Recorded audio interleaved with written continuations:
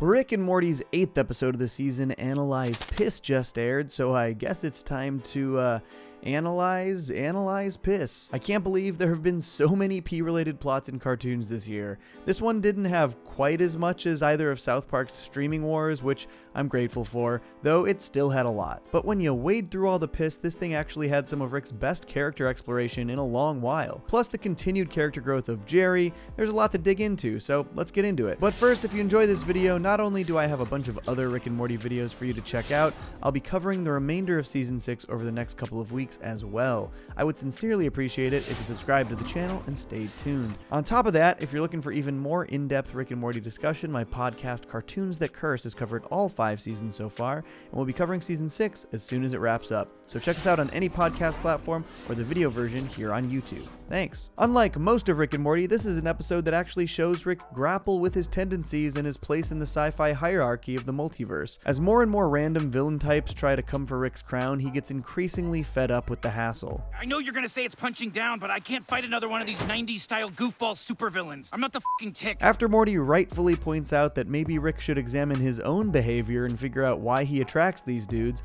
he consults Dr. Wong, who we of course saw in Pickle Rick and other episodes. This scene was interesting because I think it's both pretty effectively representative of Rick's tendencies as a character, while also metatextually breaking down the show's relationship to the fans. I'm a walking target for a never-ending sea of angry nerds that think getting in a fight with me is some kind of, I don't know, platform. So this both breaks down Rick's current situation in the show, even before the more exaggerated events of this episode, and also feels like it's directly in response to fan criticism thrown at the show. And it shows both Rick's stubbornness to be willing to try anything new, and also the writer's stubbornness to be willing to relent to some of the things fans want the show to do for them. And honestly, metatextually, I think they make a good point here. What would happen if they directly addressed all of the kinds of complaints the more toxic, angry, and loud fanboys make? You really believe if I let a guy like this do whatever he wants, he gets bored and vanishes? I think this is super valid. While I do think taking fan expectations into account is important to a degree, there is an absolutely insane amount of entitlement showcased by tons of different fandoms these days,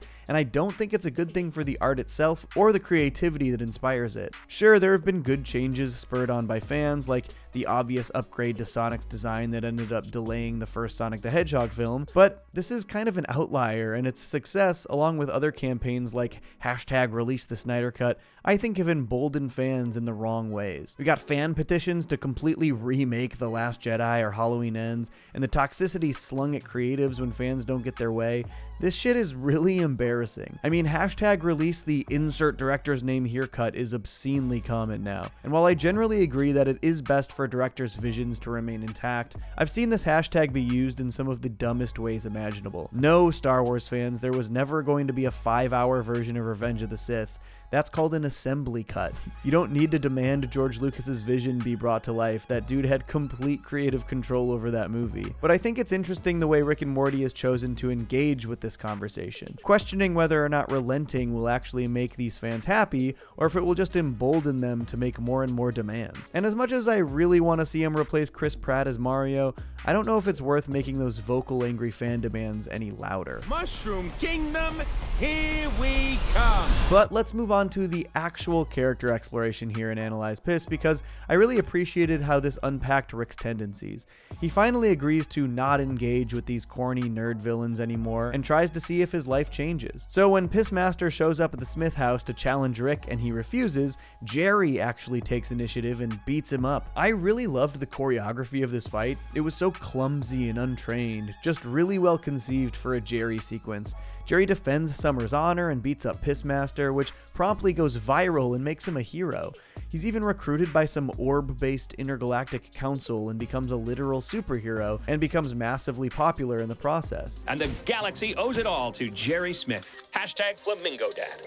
You gotta be fucking kidding me. I have to wonder if this is also meant to be meta-commentary on the state of media and film these days. It's no secret that superhero movies are obscenely popular and make massive amounts of money. And in this scenario, Rick literally refuses to engage in the types of stories that superhero movies tell. Then, when Jerry dives into the piss head first and becomes a superhero, he's lathered with praise and adoration. It's like the writers are commenting on how they're seemingly above that kind of content or storytelling, while also showcasing the kinds of of idiots that become popular for that kind of content and storytelling, i.e. Jerry. Now, I'm not saying I necessarily agree with this commentary, it just feels like what they're saying. And it's also ironic, given that former Rick and Morty writers like Michael Waldron, Jessica Gao, and Jeff Loveness have all been poached to write MCU projects. But Rick actually has to do some real introspection now that he isn't the one getting all of the glory, even though he claims he didn't want it to begin with.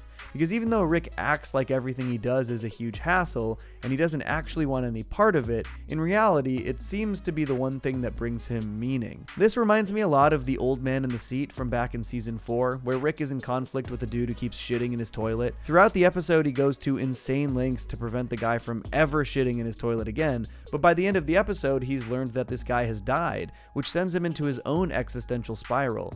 As it turns out, the conflict itself was giving him purpose. He got what he allegedly wanted. The guy was no longer around to use that private toilet, but it didn't bring Rick any sense of joy or success or closure, just pain. And we see a similar situation in this episode, when Dr. Wong points out that Rick's newfound issues with the Jerry situation is actually pretty much exactly what he wanted. He tries to embrace it, briefly. Everything you're describing is positive. Oh, not reacting. That really is the kill move? But now, with less responsibility, Rick actually slowly starts to lose any sense of purpose or fulfillment, even though, as we've established, he claims that this is what he wanted. Jerry is given a fancy spaceship to use in his superheroing, and he recruits the rest of his family, without Rick, to accompany him on his adventures, and this pretty much officially makes Jerry the Rick replacement in both the galactic hierarchy and the familial hierarchy. And it doesn't take long for Rick to start to feel worthless and alone, and he seeks out the other person in the galaxy who he knows is feeling the same way, Pissmaster. Can't believe how many times I have to say Pissmaster in this, but buckle up, there's a lot more. This leads to an incredibly sad sequence where Rick finds Pissmaster post-suicide attempt. He tries to save him and then fails, all before his daughter comes to check on him. Rick can appear heartless a lot throughout this show, but I really appreciate moments like this. He didn't want this dude to die, and he can't bear the thought of his daughter finding out the truth, so he pretends to be Pissmaster and lies to her. Rick also discovers that PM killed himself specifically because of the viral incident with Jerry. Well, this is it. I'm killing myself because of Jerry Smith. People just want to see me fail. All I've ever wanted to do is prove them wrong. And this basically gives Rick new fulfillment and purpose, replacing what he lost over the course of this episode. He becomes the new Pissmaster and completely rehabilitates the guy's image, doing great things and helping people across the galaxy. Rick is doing the exact thing that he claimed he had absolutely no interest in doing, the thing he was actively avoiding, but interestingly, he is actually doing it now for far nobler reasons than he would have previously. I just found this entire development wildly interesting. We've seen Rick get lost in conflicts like this before, tunnel vision for some twisted sense of purpose, but I really appreciated seeing him do something that he felt was for the good of other people, specifically for these people. He wanted that guy's family to be proud of him. He didn't want him to die the failure that he saw himself as. Though this is definitely at least partially because at his lowest point, Rick related to Pissmaster. He sought him out because he felt like they were in a similar place. It was as much for himself as it was for PM and his loved ones, but oftentimes Rick is just doing things for himself. And I really appreciated how Rick handled the situation, seeing him actually do something positive instead of being inconsiderate or destructive when he's down. It's really nice growth for Rick. Speaking of growth, let's talk Jerry. I think this episode and this season as a whole has really handled Jerry's development incredibly well. We're actually seeing a much more confident and assertive Jerry. Now, he's not necessarily all that much more competent, but he is actually growing as a person. I think the fight with Pissmaster was the perfect level of pathetic, but persistent. He was so motivated to defend his family's honor that he withstood a beating and then beat the crap out of this guy with a flamingo. It's really wild to imagine Jerry from seasons 1 through 5 doing anything like this. But I think best of all is that this newfound confidence and occasional success makes his failures bigger. So when he blows his opportunity at superheroism, he really blows it. There are much higher stakes than something like, say, in season 1 when he got fired for pitching Hungry for Apples. Giving Jerry enough development to get into higher stakes stories and then fall harder has really paid off, and I'm excited to see where else they go with him. Honestly, the entire family seems to be growing a bit, including Rick, like I said. At the end of the episode, Rick almost reveals why he did the whole Pissmaster stunt, but he can't bring himself to do it. I put the suit on once Pissmaster killed, when you made him,